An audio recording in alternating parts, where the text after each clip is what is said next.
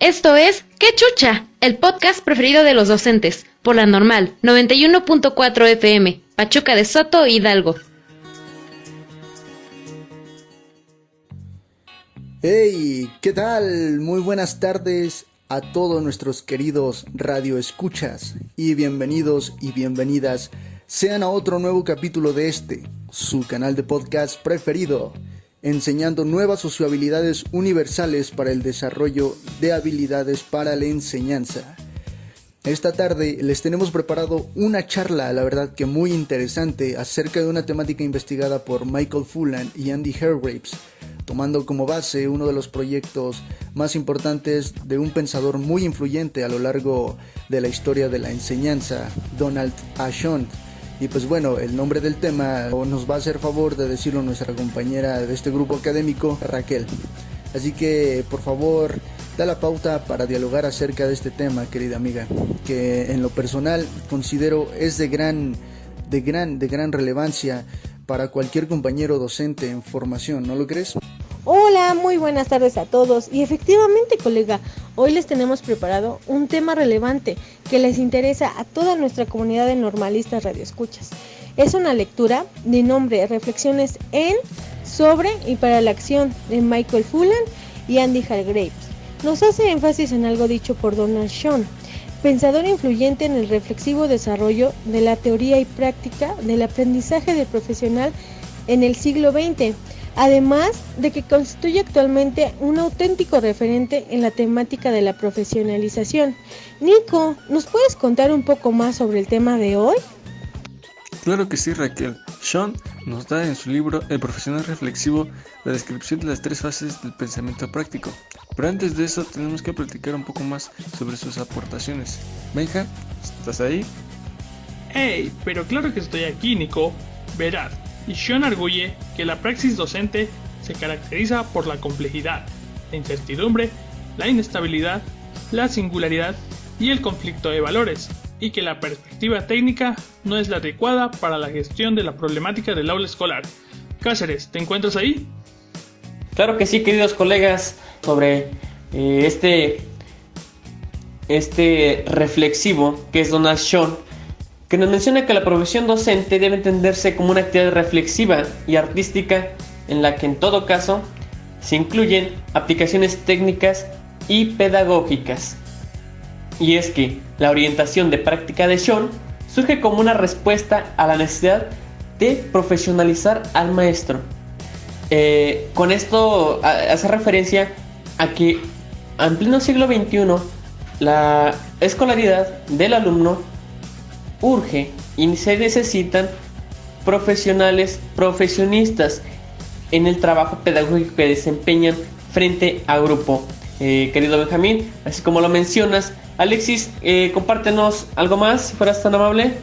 Así es, efectivamente, queridos colegas, estoy de acuerdo con todo lo que se ha venido hablando hasta este momento. Y pues bueno, si lo analizamos de cierta manera, gran parte de la profesionalidad que caracteriza al docente y parte de su éxito, la verdad es que depende de su habilidad para manejar la complejidad y resolver problemas prácticos dentro del aula. Pues bien, sabemos que como docentes estamos expuestos a un sinfín de diversos sucesos que no se pueden predecir, son prácticamente impredecibles. Entonces, como profesionales debemos de tener esa capacidad para poder actuar en consecuencia y de esta manera tener diferentes oportunidades o planes para poder resolver pues, estos problemas que se presentan. A esto se le atribuye la habilidad en la cual se requiere pues, la integración inteligente de 2 aspectos muy importantes, la del conocimiento y la de la técnica. Pero ¿sabes qué pasa? Shont estudia esta habilidad en profundidad, entendiéndola como un proceso de reflexión en la acción, y sitúa el conocimiento de este proceso como condición previa, necesaria para comprender la actividad eficaz del docente ante problemáticas singulares. Bueno, pero creo que gracias a esto podemos observar cómo los docentes reaccionan ante tales situaciones, cómo utilizan sus recursos para resolverlos, tanto físicos como de conocimientos, y este mismo debe saber crear estrategias para satisfacer las necesidades en el aula, generar un clima agradable para todos y todas. Vemos también cómo Sean concibe como un análisis y propuesta global que orienta la acción.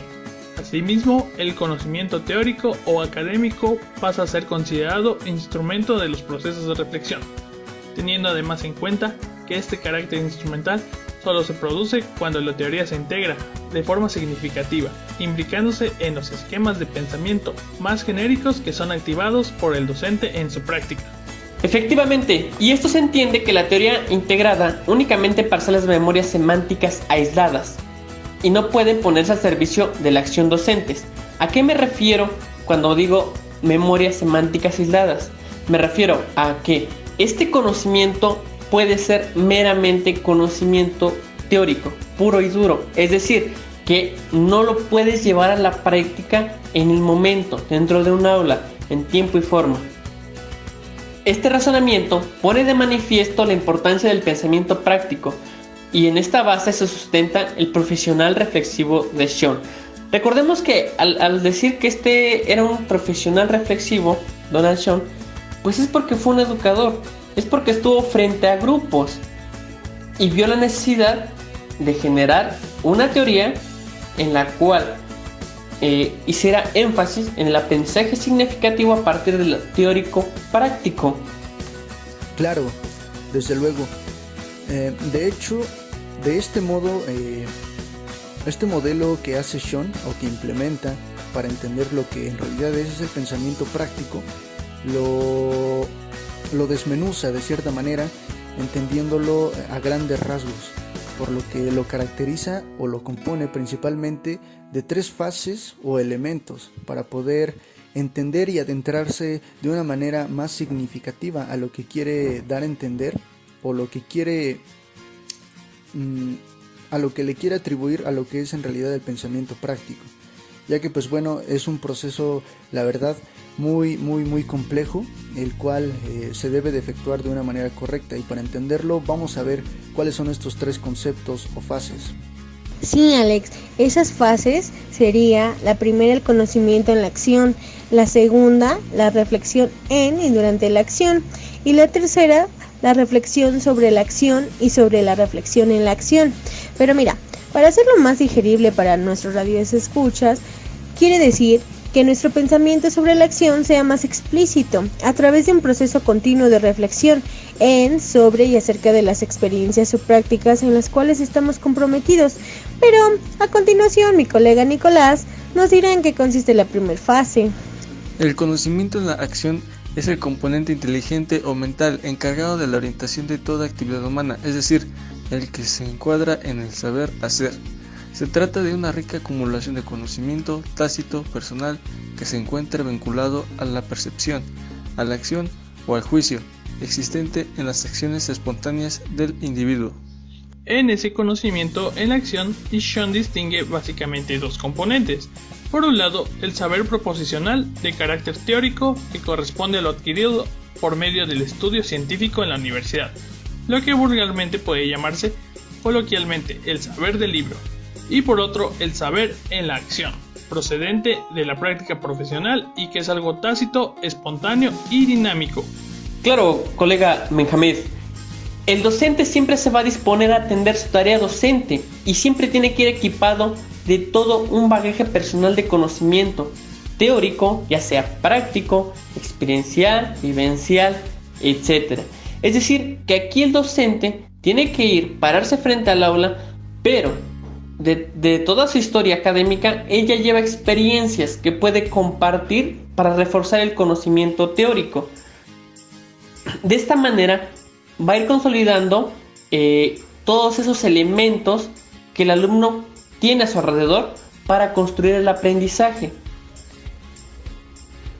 Ahora, ¿qué les parece si pasamos a un pequeño corte y regresamos en un momento para seguir con esta charla? Queridos colegas, nos vemos pronto.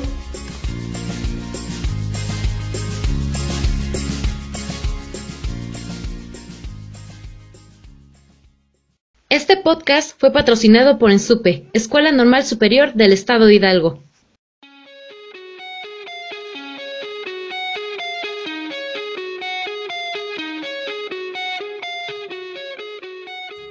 Ya estamos de regreso aquí en tu canal de podcast preferido sobre docencia. Y pues bueno, la verdad hoy estamos hablando sobre un tema muy interesante, sobre el profesional y la práctica reflexiva. En este momento vamos a tocar ahora la segunda fase de reflexión, que lleva por nombre en y durante la acción, que corresponde esta segunda fase a un conocimiento de segundo orden, ya que pues la primera fase que se mencionó anteriormente por mis compañeros pertenece más a un primer orden, que sería pues el conocimiento en la acción, lo que adquirimos teóricamente. Entonces esta segunda fase está denominado por un orden de pensamiento superior, el cual se caracteriza principalmente por la metacognición o el metaconocimiento en la acción. Esto, ¿sabes? Trata del pensamiento producido por el individuo sobre lo que hace según actúa. Sean explica este momento como un proceso de reflexión en la acción o como una conversación reflexiva con la situación problemática concreta. Viene marcado por la inmediatez del momento y la captación en sitio de las diversas variables y matices existentes en la situación que se está viviendo.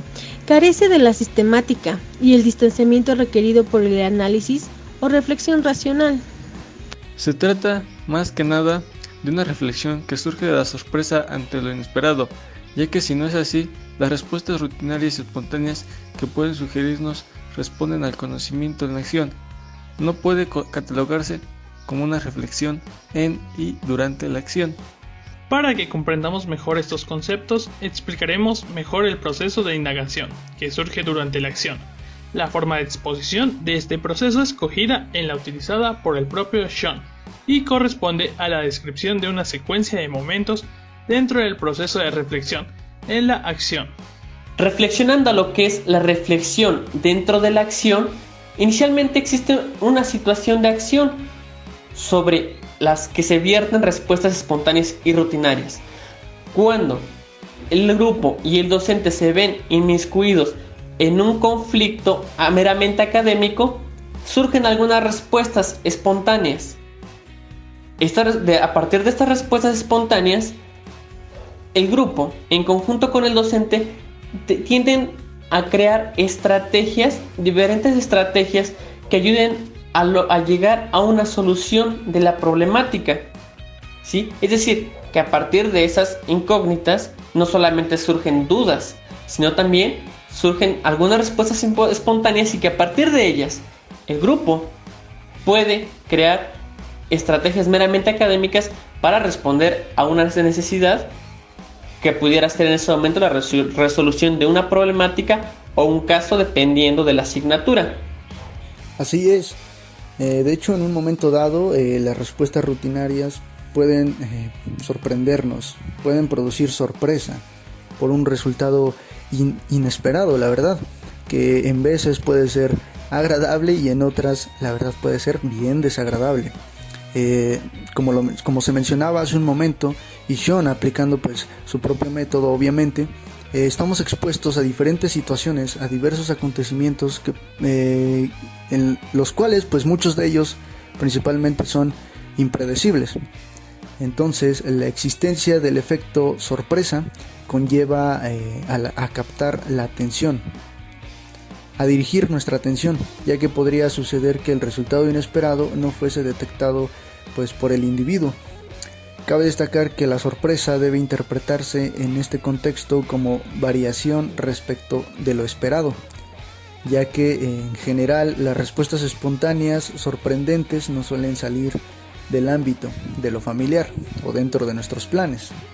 Y tras la sorpresa se establece una reflexión dentro de una acción en el presente. Esta reflexión, aunque no se verbalice, se produce de una forma consciente, al menos en cierta medida. Este pensamiento reflexivo se nutre tanto de la situación o respuesta inesperada como del conocimiento en la acción que da lugar a su detección. La reflexión en la acción cuestiona el conocimiento en la acción, debido a que este tipo de reflexión tiene carácter crítico, provocado por una situación inesperada o no prevista, que conduce ágilmente a buscar nuevas estrategias de acción o la reestructuración de las ya utilizadas, a la vez que ayuda a la comprensión de la situación, a modificar la formulación de los problemas. Ahora bien, continuando con la charla aquí entre nosotros, y a manera de conclusión de esta pequeña parte, de esta característica que nos hace mención Donald Schoen, este conocimiento permite corregir, reorientar y mejorar sobre la marcha los planteamientos previos y la propia acción. ¿Qué quiere decir esto? Que mediante la evaluación continua, el docente tiene que identificar áreas de oportunidad en las cuales tiene la obligación de ir corrigiendo para lograr mejores resultados y no esperarse hasta la evaluación final, en donde ya no puede retroalimentar al grupo para tener exitosos resultados. Esto es un tipo de conocimiento especialmente útil para aquellos profesionales flexibles y abiertos a la complejidad de las situaciones de interacción en la práctica, ya que deviene en un aprendizaje significativo.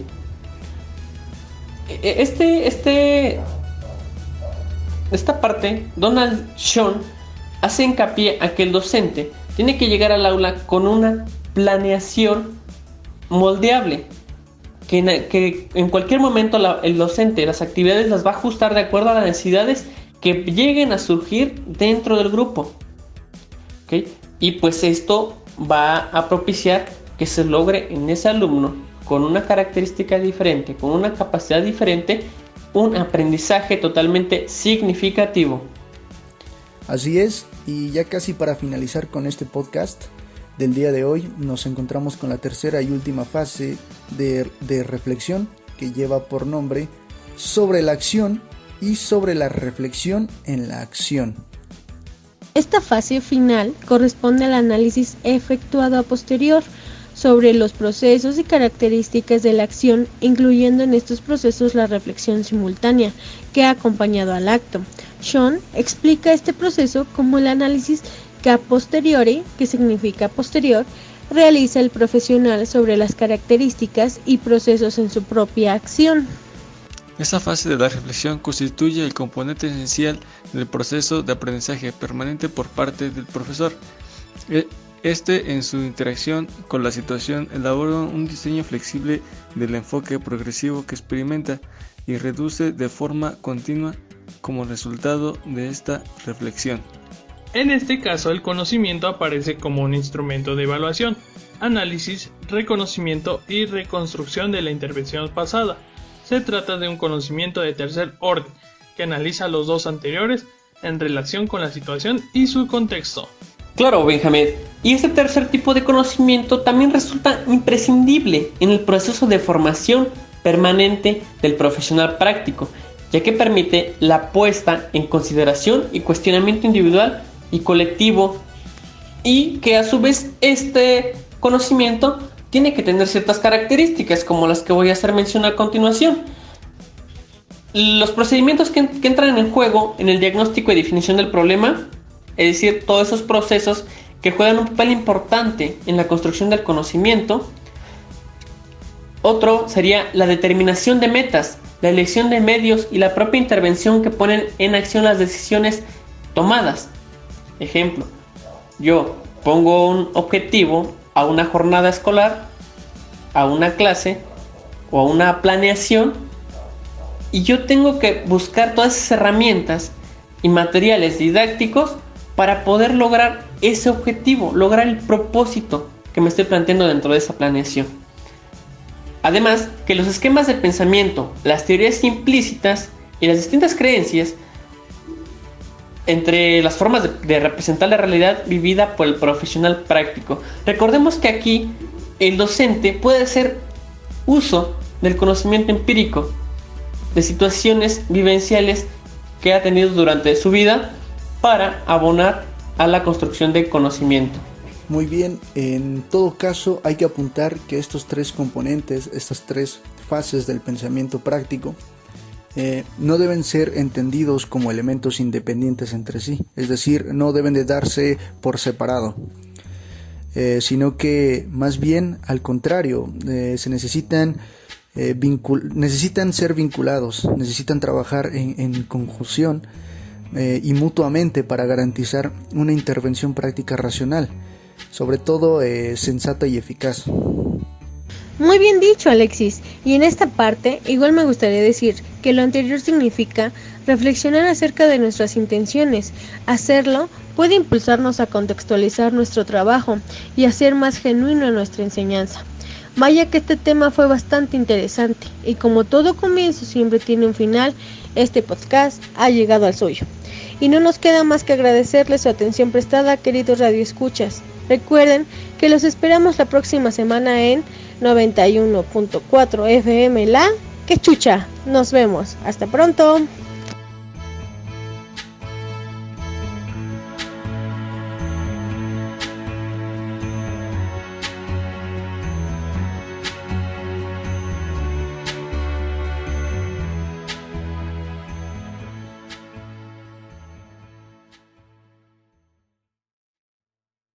Este podcast fue patrocinado por ENSUPE, Escuela Normal Superior